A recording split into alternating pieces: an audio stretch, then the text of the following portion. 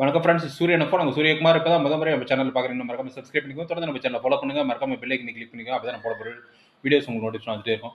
இப்போ எதை குறித்து பார்க்க போறோம்னா, தமிழக அரசு உள்ளாட்சி தேர்தல் தொடர்பா ஒரு கோரிக்கை பார்க்க போறோம். அதாவது பார்த்தீங்கன்னா, 15த் ஃபைனான்ஸ் பணம் வந்து அந்த ஃபண்ட் வந்து சரியா வர்றதில்ல அப்படின்னு சொல்றாங்க.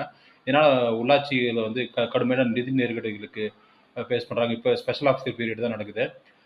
15த் ஃபைனான்ஸ் ஃபண்ட் சரியா வராத காரணத்தினால நிதி நெருக்கடியில் இருக்கிறதுன்னு சொல்லிட்டு நியூஸ் பேப்பரில் கூட இன்னைக்கு ஆடு வந்திருக்கு. அதை பார்த்துட்டு தான் விழிப்புணர்வு வீடியோ போடுறோம். தமிழக அரசுக்கு ஒரு கோரிக்கையாகவும் கேட்குறோம். விரைவில் வந்து உள்ளாட்சி தேர்தல் நடத்துங்க. அப்போ தான் வந்து ஃபண்டிங் வந்து எல்லாத்துக்குமே சரியாக வரும். ஏன்னா வந்து பார்த்தீங்கன்னா, அண்ணாமலை லிஸ்ட்டில் எப்போயாவது ஒரு டைம் தான் கிடைக்குது. 15த் ஃபைனான்ஸில் வர ஃபண்டு வந்து 3 மாதத்துக்கு ஒரு டைம் வர ஃபண்டு வந்து ரொம்ப டிலே ஆகுது. அதனால வந்து கடுமையான நிதி நெருக்கடியில் இருக்குது. அதனால வந்து உள்ளாட்சி தேர்தல் விரைவில் நடத்தணும்.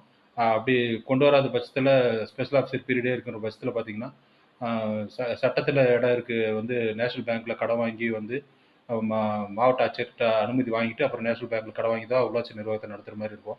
இந்த மாதிரி சுச்சுவேஷன் வராமல் இருக்கிறதுக்கு வந்து உள்ளாட்சி தேர்தலை விரைவில் நடத்தணும்னு சொல்லிட்டு தமிழக அரசு கோரிக்கை வைக்கிறோம்.